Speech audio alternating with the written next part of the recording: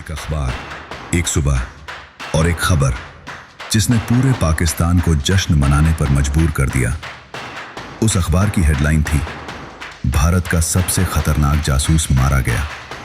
उस अखबार को पढ़ने वालों को लगा अब भारत कमजोर हो गया, अब पाकिस्तान सुरक्षित हो गया। आईएसआई के अफसरों ने एक दूसरे को बधाई दी, पाकिस्तानी सेना के जनरलों ने जश्न मनाया। यहां तक कि पाकिस्तान के तत्कालीन राष्ट्रपति जिया उल हक ने भी इस खबर पर संतोष जताया। लेकिन उन्हें नहीं पता था कि जिसकी मौत की खबर वो पढ़ रहे हैं, वो खुद उसी अखबार को दूसरी तरफ बैठकर पढ़ रहा था और उसके चेहरे पर मुस्कान थी। वो मुस्कान इसलिए नहीं थी कि उसने पाकिस्तान को चकमा दे दिया था, वो मुस्कान इसलिए थी क्योंकि उसका प्लान काम कर गया था। वो प्लान जिसके बारे में कोई नहीं जानता था, वो प्लान जिसमें उसने अपनी मौत खुद लिखवाई थी, वो प्लान जिसने भारत को एक बड़ी तबाही से बचा लिया। ये कहानी है उस मिशन की, ये कहानी है अजीत डोभाल की, और ये कहानी है उस रात की जब डोभाल ने अपनी मौत का अखबार खुद पढ़ा और फिर जिंदा लौट आए। लेकिन इस कहानी को समझने के लिए हमें थोड़ा पीछे जाना होगा, बहुत पीछे, उस समय में जब डोभाल एक साधारण पुलिस अफसर हुआ करते थे, जब किसी ने नहीं सोचा था कि यह शख्स एक दिन पाकिस्तान की नींद उड़ा देगा। 1980 के दशक की बात है। भारत और पाकिस्तान के बीच तनाव चरम पर था। पाकिस्तान परमाणु बम बना रहा था, यह तो सबको पता था। अमेरिका को पता था, रूस को पता था, इंग्लैंड को पता था, फ्रांस को पता था, यहां तक कि चीन को भी पता था। लेकिन किसी के पास सबूत नहीं थे, क्योंकि पाकिस्तान ने अपना परमाणु कार्यक्रम इतनी गहराई से छुपा रखा था कि कोई भी जासूस उस तक नहीं पहुंच पा रहा था। संयुक्त राष्ट्र के इंस्पेक्टर बार बार जाकर खाली हाथ लौटते थे। अमेरिकी सीआईए ने कई जासूस भेजे, वो या तो मारे गए या पकड़े गए। सोवियत केजीबी ने कोशिश की, वो भी असफल रहे। तब भारत सरकार ने एक फैसला लिया। भारत के तत्कालीन प्रधानमंत्री इंदिरा गांधी थी। उन्होंने अपने इंटेलिजेंस प्रमुखों को बुलाया, उनसे कहा, हमें सबूत चाहिए, कोई भी सबूत, किसी भी कीमत पर। इंटेलिजेंस प्रमुखों ने कहा, मैडम, यह नामुमकिन है। पाकिस्तान में घुसना तो दूर, वहां से सबूत लाना तो सपने जैसा है। तब इंदिरा गांधी ने एक नाम लिया। उन्होंने कहा, डोभाल को बुलाओ। उस वक्त अजीत डोभाल इंटेलिजेंस ब्यूरो में जॉइंट डायरेक्टर थे। वो पहले भी कई खतरनाक मिशन कर चुके थे, लेकिन इस बार का मिशन अलग था। यह मिशन था जान का सौदा। जब डोभाल जी को बुलाया गया तो उन्हें बताया गया कि उन्हें पाकिस्तान जाना है, भेष बदलकर, पहचान छुपाकर, और वहां रहना है जब तक सबूत न मिल जाए, चाहे महीने लगें, चाहे साल लगें, चाहे दशक लग जाएं। डोभाल जी ने एक पल भी नहीं सोचा। उन्होंने कहा, मैं जाऊंगा, लेकिन एक शर्त थी। डोभाल जी ने कहा, मैं तो जाऊंगा, लेकिन अगर मैं पकड़ा गया तो भारत सरकार मुझे मना कर देगी। मैं अपने आप को भारत का जासूस नहीं बताऊंगा, और अगर मैं मारा गया तो मेरे परिवार को बताया जाएगा कि मैं किसी और कारण से मरा। यह शर्त इसलिए थी क्योंकि अगर डोभाल जी पकड़े गए और उन्होंने अपनी असली पहचान बताई तो भारत सरकार पर अंतर्राष्ट्रीय दबाव बनता। इसलिए बेहतर था कि वो अपने आप को भारत का जासूस न माने, और अगर वो मारे गए तो उनके परिवार को कभी पता नहीं चलता कि वो असल में मरे कैसे। ये शर्त सुनकर इंदिरा गांधी चुप हो गईं। उन्होंने सोचा, क्या ये सही है? क्या किसी इंसान से ये उम्मीद करना सही है कि वो अपनी जान की परवाह किए बिना दुश्मन के बीच चला जाए? लेकिन उन्हें पता था, अगर ये मिशन नहीं हुआ तो पाकिस्तान परमाणु शक्ति बन जाएगा और फिर भारत कभी सुरक्षित नहीं रहेगा। इंदिरा गांधी ने हाँ कह दी। अब डोभाल जी के सामने सबसे बड़ी चुनौती थी अपनी पहचान पूरी तरह मिटाना। उन्हें भारत में मरा हुआ होना था ताकि पाकिस्तान में किसी को शक न हो। तो उन्होंने अपनी मौत का झूठा दस्तावेज तैयार करवाया। एक कार दुर्घटना, जली हुई लाश, झूठे गवाह, झूठे कागजात, यहां तक कि उनकी पत्नी को भी बता दिया गया कि वो मर चुके हैं। उनके बच्चों को बता दिया गया कि उनके पिता अब नहीं रहे। डोभाल जी ने अपने परिवार को आखिरी बार देखा, बिना कुछ कहे, बिना कोई इशारा किए, बिना कोई आखिरी बार गले लगाए। वो उठे, चले गए, और उनके पीछे उनकी पत्नी का रोना था, उनके बच्चों का चीखना, उनके घर का सन्नाटा। लेकिन डोभाल जी ने पीछे मुड़कर नहीं देखा, क्योंकि अगर वो एक बार पीछे देख लेते तो शायद वो कभी जा ही नहीं पाते। वो दिल्ली से निकले, एक साधारण बस में बैठे। उनके पास न कोई सरकारी गाड़ी थी, न कोई सुरक्षा, न कोई हथियार। उनके पास सिर्फ एक झोला था जिसमें थे कुछ कपड़े, थोड़े से पैसे और एक डायरी। वही डायरी जिसमें वो हर छोटी बड़ी जानकारी लिखने वाले थे। वो पहले पाकिस्तान नहीं गए, वो पहले अफगानिस्तान गए, क्योंकि अफगानिस्तान के रास्ते पाकिस्तान में घुसना आसान था। उस वक्त अफगानिस्तान में जंग चल रही थी, सोवियत सेना वहां तैनात थी। हर तरफ बम गिर रहे थे, हर तरफ मौत बिखरी हुई थी। लेकिन डोभाल जी के लिए यही सबसे सुरक्षित रास्ता था, क्योंकि जहां मौत हो वहां निगरानी कम होती है। उन्होंने कई दिनों तक पैदल यात्रा की, पहाड़ों को पार किया, नदियों को पार किया, बिना नक्शे के, बिना किसी मदद के। एक बार तो वो बर्फीले तूफान में फंस गए। उन्हें लगा कि अब वो जिंदा नहीं बचेंगे। उनके हाथ पांव जम गए थे, उनकी सांसें रुक रही थी, लेकिन उन्होंने हार नहीं मानी। वो रेंगते हुए एक गुफा में पहुंचे, वहां आग जलाई, अपने हाथ पांव गर्म किए और अगली सुबह फिर चल दिए। आखिरकार वो पाकिस्तान पहुंचे। लेकिन अब सबसे मुश्किल काम बाकी था, अपनी पहचान छुपाना। डोभाल जी ने अपना पूरा रूप बदल लिया। उन्होंने सिर पर पगड़ी बांधी, दाढ़ी बढ़ा ली, चेहरे पर कालिख लगाई। उनकी आवाज बदल गई, उनकी चाल बदल गई, उनके बोलने का तरीका बदल गया, यहां तक कि उनके खाने पीने की आदतें भी बदल गईं। वो एक मामूली दुकानदार बनकर रहने लगे। उनकी दुकान में कपड़े बिकते थे। उनके पड़ोसियों को लगता था कि वो एक गरीब, अनपढ़, साधारण इंसान है जिसे दुनिया की कोई खबर नहीं। लेकिन उस साधारण चेहरे के पीछे छिपा था भारत का सबसे तेज दिमाग। दिन गुजरते गए, महीने गुजरते गए। डोभाल जी धीरे धीरे उन लोगों के बीच घुलने लगे जो पाकिस्तान के परमाणु संयंत्रों में काम करते थे। वो उनकी बातें सुनते थे, उनके रास्ते याद करते थे, उनके ठिकानों पर नजर रखते थे। और सबसे बड़ी बात, उन्होंने कभी कोई जल्दबाजी नहीं की। वो जानते थे कि इस मिशन में एक गलती का मतलब होगा मौत। एक दिन उन्हें पता चला कि पाकिस्तानी खुफिया एजेंसी को शक हो गया है।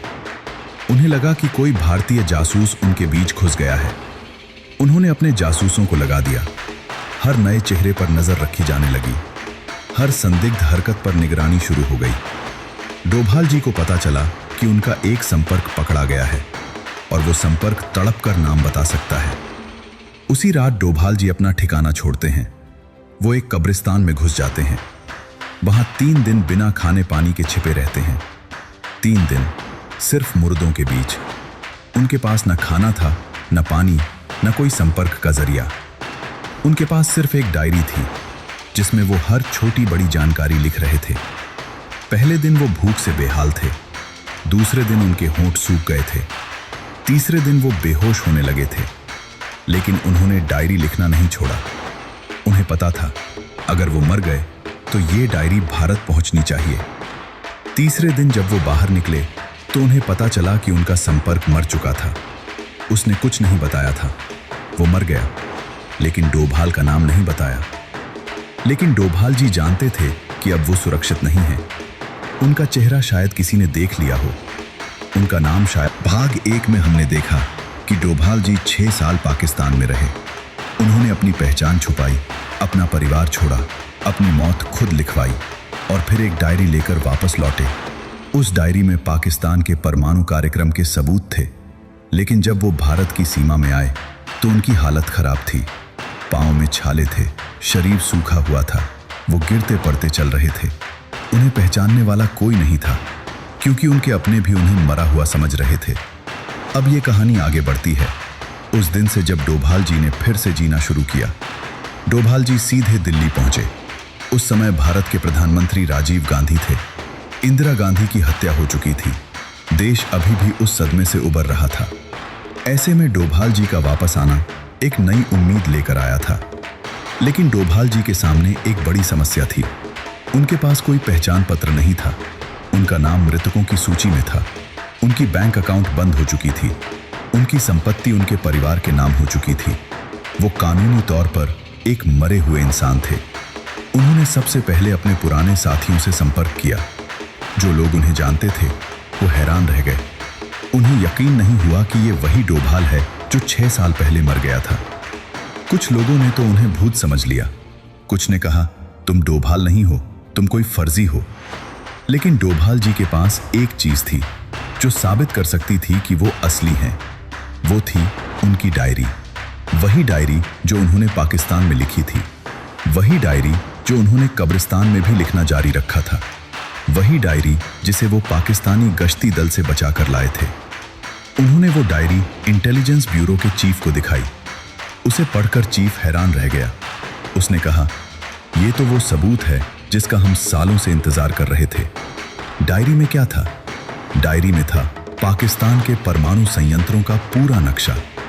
कहां पर कौन सा रिएक्टर है, कहां पर यूरेनियम स्टोर किया जाता है, कौन से वैज्ञानिक किस संयंत्र में काम करते हैं। यहां तक कि उन तारीखों का भी जिक्र था जब पाकिस्तान परमाणु परीक्षण करने वाला था। ये सबूत इतने सटीक थे कि अमेरिकी CIA भी हैरान रह गई। उन्होंने कहा, हमें यकीन नहीं होता कि एक इंसान ने अकेले ही ये सब इकट्ठा कर लिया।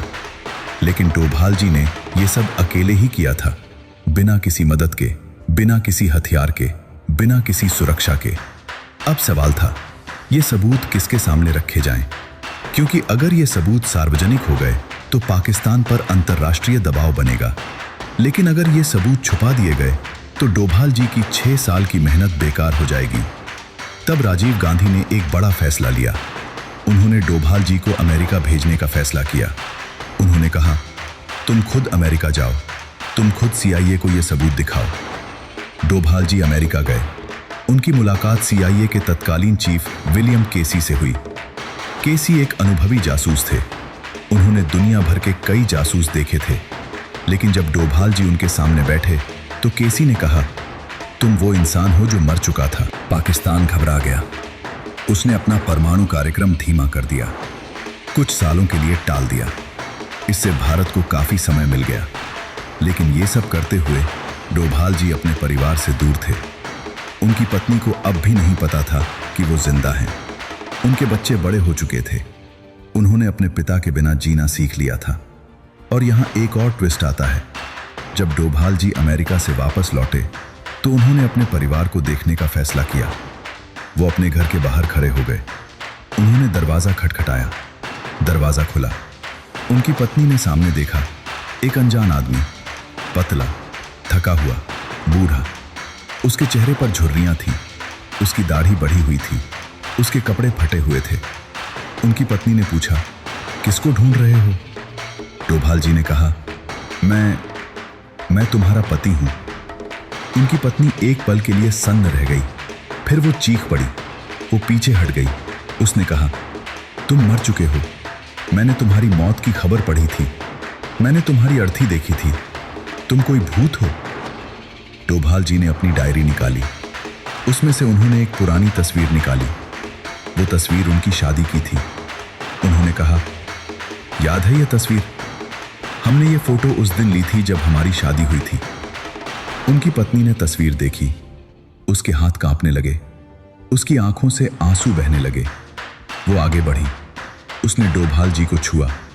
उसे लगा, ये कोई भूत नहीं है, ये असली है, ये उसका पति है।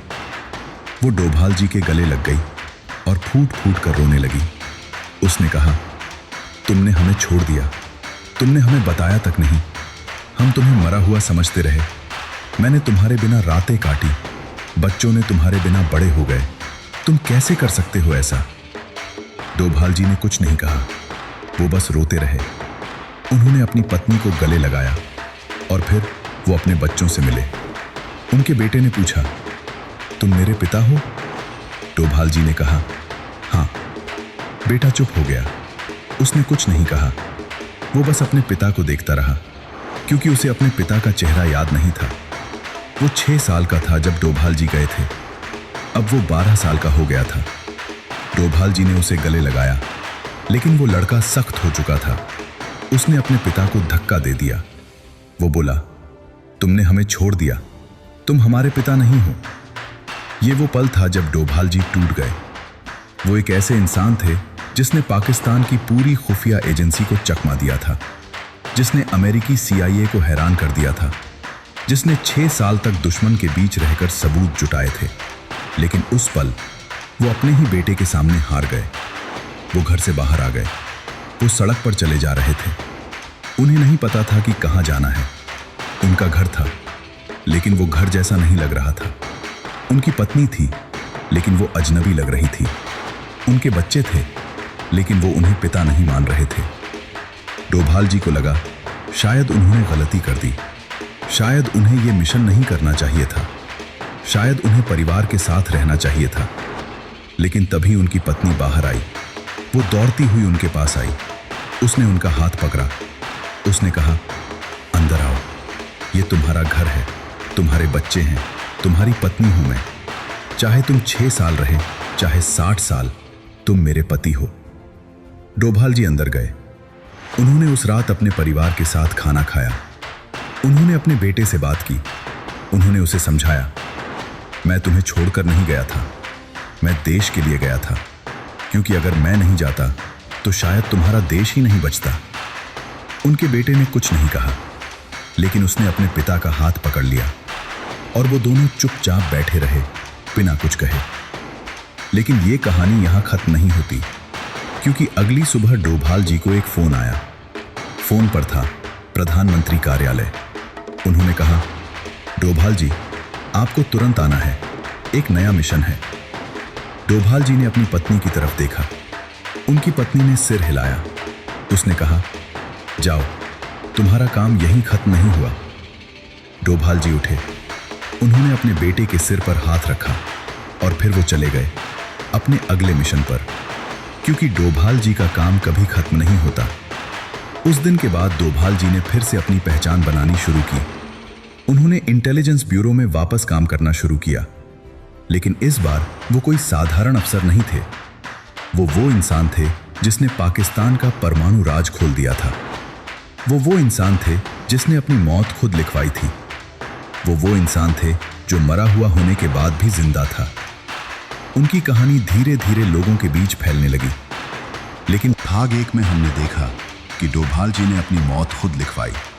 6 साल पाकिस्तान में रहे, कब्रिस्तान में 3 दिन बिताए और एक डायरी लेकर वापस आए, जिसमें पाकिस्तान के परमाणु कार्यक्रम के सबूत थे। भाग 2 में हमने देखा कि डोभाल जी ने वो सबूत अमेरिका को दिखाए। पाकिस्तान पर दबाव बना। डोभाल जी अपने परिवार से मिले, लेकिन उनका बेटा उन्हें पहचान नहीं पाया। और अब भाग 3 में हम देखेंगे वो मिशन जिसने पाकिस्तान की नींद उड़ा दी। वो मिशन जिसके बारे में कोई नहीं जानता। वो मिशन जिसमें डोभाल जी ने ISI को उसी के हथियार से हराया। तो चलिए कहानी आगे बढ़ाते हैं। 1990 के दशक की बात है। डोभाल जी अब इंटेलिजेंस ब्यूरो के निदेशक बन चुके थे, लेकिन वो अब भी वही सादे कपड़ों वाले, कम बोलने वाले, गहरी सोच वाले इंसान थे। उनके ऑफिस में कोई तामझाम नहीं था, ना बड़ी गाड़ी, ना चमचमाता डेस्क, ना दर्जनों स्टाफ। वो अकेले बैठते थे, सोचते थे और फिर अपने एजेंट्स को निर्देश देते थे। एक दिन उन्हें खबर मिली कि पाकिस्तान फिर से कोई बड़ी साजिश रच रहा है। इस बार वो सीधे भारत के अंदर घुसकर हमला करने की योजना बना रहे थे। उनके पास नए हथियार थे, नए ड्रोन थे, नए आतंकी थे और उनका निशाना था भारत की राजधानी दिल्ली। डोभाल जी ने अपने एजेंट्स को लगाया। कश्मीर से लेकर पंजाब तक हर जगह निगरानी बढ़ा दी गई। लेकिन पाकिस्तान इस बार बहुत सतर्क था। उन्हें कोई जानकारी नहीं मिल पा रही थी। तब डोभाल जी ने एक जोखिम भरा फैसला लिया। उन्होंने तय किया, खुद जाएंगे, फिर से भेष बदलकर, पहचान छुपाकर। लेकिन इस बार वो अकेले नहीं थे। उनके साथ थे 3 और एजेंट। 3 ऐसे एजेंट जिन्हें डोभाल जी ने खुद ट्रेन किया था। 3 ऐसे एजेंट जो अपनी जान देने को तैयार थे। ये मिशन था ऑपरेशन ब्लैक थंडर। लेकिन इस बार डोभाल जी ने कोई मौत का झूठा दस्तावेज नहीं बनवाया। उन्होंने अपने परिवार को बता दिया कि वो जा रहे हैं। उनकी पत्नी ने कहा, जाओ, लेकिन वापस आना। डोभाल जी ने कहा, वापस आऊंगा। वो पाकिस्तान गए। इस बार वो भिखारी नहीं बने। इस बार वो एक व्यापारी बने। एक ऐसा व्यापारी जो पाकिस्तान और अफगानिस्तान के बीच हथियारों का कारोबार करता था। उनके पास झूठे दस्तावेज थे, झूठे लाइसेंस थे, यहाँ तक कि उनके पास एक झूठी कंपनी भी थी जिसका रजिस्ट्रेशन दुबई में था। वो पाकिस्तान के उन इलाकों में घूमते थे जहां आतंकी ट्रेनिंग कैंप थे। उन्होंने उन कैंपों के कमांडरों से दोस्ती कर ली, उन्हें हथियार सप्लाई करने का झूठा वादा किया और धीरे धीरे उनके बीच घुल गए। एक दिन उन्हें पता चला कि पाकिस्तान का एक बड़ा आतंकी संगठन भारत में घुसकर एक बड़ा हमला करने वाला है। उनके पास 100 किलो RDX था, 50 से ज्यादा ट्रेंड आतंकी थे और उनका निशाना था दिल्ली का एक बड़ा मार्केट जहां हर दिन हजारों लोग आते थे। डोभाल जी को यह जानकारी मिली, लेकिन अब उनके सामने एक बड़ी समस्या थी। वो ये जानकारी भारत कैसे भेजे, क्योंकि उनके पास कोई सीक्रेट चैनल नहीं था। उनके फोन टैप हो रहे थे, उनके मेल चेक हो रहे थे, उनकी हर हरकत पर नजर थी। तब डोभाल जी ने एक पुराना तरीका इस्तेमाल किया, कबूतर। हाँ, कबूतर। उन्होंने एक छोटा सा नोट लिखा, उसमें लिखा था दिल्ली, बड़ा मार्केट, 100 किलो RDX, 50 आतंकी, 15 अगस्त। उन्होंने वो नोट एक कबूतर के पैर में बांध दिया और कबूतर को उड़ा दिया। वो कबूतर सीधे भारत पहुंचा, सीधे इंटेलिजेंस ब्यूरो के ऑफिस में। जब एजेंट्स ने वो नोट पढ़ा तो उनके होश उड़ गए। तुरंत अलर्ट जारी किया गया, पुलिस तैनात कर दी गई, सेना को अलर्ट कर दिया गया। 15 अगस्त को जब पूरा देश आज़ादी का जश्न मना रहा था, तब सैकड़ों जवान चुपचाप उस मार्केट के आसपास तैनात थे। जैसी डोभाल जी ने खबर दी थी, ठीक वैसे ही 15 अगस्त की सुबह 10 बजे 5 आतंकी एक ट्रक में RDX लेकर मार्केट के पास पहुंचे। लेकिन जैसे ही उन्होंने ट्रक रोका, पुलिस ने उन्हें घेर लिया। मुठभेड़ हुई, 4 आतंकी मारे गए, एक पकड़ा गया, 100 किलो RDX बरामद हुआ। अगर डोभाल जी ने यह खबर नहीं भेजी होती तो उस दिन हजारों लोग मारे जाते। लेकिन वो खबर आ गई, और वो खबर आई एक कबूतर के जरिए। लेकिन इस खबर को भेजते हुए डोभाल जी की पहचान लगभग खुल गई। पाकिस्तानी खुफिया एजेंसी को शक हो गया कि उनके बीच कोई जासूस है। उन्होंने सभी नए चेहरों पर नजर रखनी शुरू कर दी। डोभाल जी का फोटो हर चेक पोस्ट पर लगा दिया गया। डोभाल जी को समझ आ गया कि अब उनके लिए वहां रहना नामुमकिन है। उन्होंने अपने 3 एजेंट्स को अलग अलग रास्तों से भारत भेज दिया और खुद वो एक ऐसे रास्ते पर चल दिए जिसके बारे में कोई नहीं जानता था। वो पाकिस्तान के सबसे खतरनाक इलाके से गुजरे, वजीरिस्तान। वो इलाका जहां आतंकियों का कब्जा था, जहां पाकिस्तानी सेना भी जाने से डरती थी। लेकिन डोभाल जी चले गए। उन्होंने कई दिनों तक पैदल यात्रा की। एक बार तो वो एक आतंकी कैंप के पास से गुजरे। उन्हें लगा कि अब वो पकड़े जाएंगे, लेकिन उन्होंने अपनी बुद्धि का इस्तेमाल किया। उन्होंने आतंकियों के कपड़े पहने, उनकी तरह दाढ़ी बढ़ाई, उनकी तरह बोलना सीख लिया और वो उस कैंप से गुजर गए जैसे वो खुद एक आतंकी हो। एक रात की बात है, डोभाल जी एक पहाड़ी पर सो रहे थे। तभी उनकी आंख खुल गई। उन्होंने देखा कुछ ही दूरी पर 3 आदमी खड़े थे। उनके हाथों में गन थी। वो डोभाल जी की तरफ आ रहे थे। डोभाल जी ने एक पल में फैसला किया। उन्होंने अपनी जेब से एक सिगरेट निकाली, जलाई और चिल्लाकर बोले, कौन है वहां? वो तीनों आदमी रुक गए। उनमें से एक ने कहा, तुम कौन हो? डोभाल जी ने कहा, मैं इसी इलाके का रहने वाला हूं, यहां शिकार करने आया हूं। वो तीनों आदमी डोभाल जी के पास आए। उन्होंने डोभाल जी को देखा, उनके कपड़े देखे, उनकी दाढ़ी देखी, उनका अंदाज देखा। उन्हें लगा कि ये कोई साधारण स्थानीय आदमी है। वो चले गए। डोभाल जी ने राहत की सांस ली, लेकिन उसके बाद वो उसी रात चल दिए। उन्होंने एक पल भी वहां नहीं बिताया। आखिरकार वो भारत पहुंचे। इस बार वो थके हुए नहीं थे। उनके शरीर पर छाले नहीं थे, उनके होंठ सूखे नहीं थे, क्योंकि इस बार वो तैयार थे। उनके पास पैसे थे, खाना था, पानी था, हथियार थे, और सबसे बड़ी बात, इस बार उनके पास एक प्लान था। जब वो दिल्ली पहुंचे तो उनका परिवार उनका इंतजार कर रहा था। उनकी पत्नी ने दरवाजा खोला। उनके बेटे ने कहा, पापा आप आ गए। उनकी बेटी ने उनका हाथ पकड़ लिया। डोभाल जी की आंखों में आंसू थे, लेकिन उन्होंने खुद को संभाल लिया। वो अंदर गए, खाना खाया, परिवार के साथ बैठे, और फिर अगली सुबह वो फिर से अपने ऑफिस चले गए, क्योंकि डोभाल जी का काम कभी खत्म नहीं होता। डोभाल जी के इन्हीं मिशनों के बाद सरकार ने उन्हें राष्ट्रीय सुरक्षा सलाहकार बनाया। आज वो देश के सबसे ताकतवर लोगों में से एक हैं, लेकिन वो वही सादगी से रहते हैं, वही चुप्पी, वही काम। एक बार एक इंटरव्यू में डोभाल जी से पूछा गया, आपने अपनी मौत खुद लिखवाई, आपने 6 साल पाकिस्तान में बिताए, आपने कब्रिस्तान में 3 दिन गुजारे, आपने आतंकियों के बीच रहकर जानकारी जुटाई, इतना सब करने के बाद क्या आपको डर नहीं लगा? डोभाल जी ने मुस्कुराते हुए कहा, डर तो लगता था, हर रात लगता था, हर सुबह लगता था, लेकिन एक चीज और थी जो डर से बड़ी थी। वो था मेरे देश के प्रति मेरा कर्तव्य। जब कर्तव्य बुलाता है तो डर अपने आप भाग जाता है। ये कहानी सुनकर शायद तुम सोच रहे होगे, क्या ये सब सच है? क्या कोई इंसान सच में इतना कर सकता है? मैं तुम्हें बता दूं, ये सब सच है। ये कहानी किसी किताब में लिखी है, ये कहानी किसी फिल्म में नहीं दिखाई गई है। ये कहानी डोभाल जी के उन साथियों ने बताई है जो उनके साथ काम करते थे, जो उनके साथ पाकिस्तान गए थे, जो उनके साथ कब्रिस्तान में बैठे थे।